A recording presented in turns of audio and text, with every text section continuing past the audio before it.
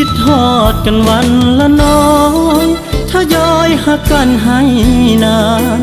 ห่างหลายกิโลฟันสัญญาอย่าให้เลือนหายคิดฮอดกันวันละน้อยทยอยโทรเติมแรงใจให้อายยังคงยิ้มได้ยามเหนื่อยล้าใจทุกครา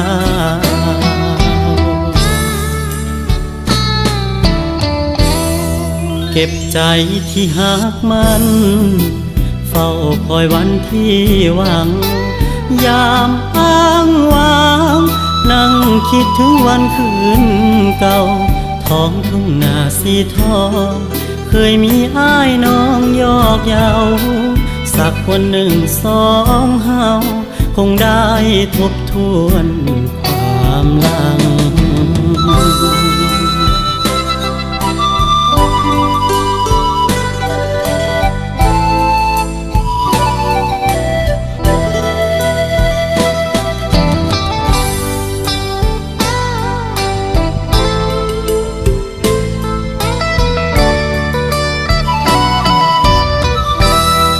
คิดฮอดกันวันละน้อ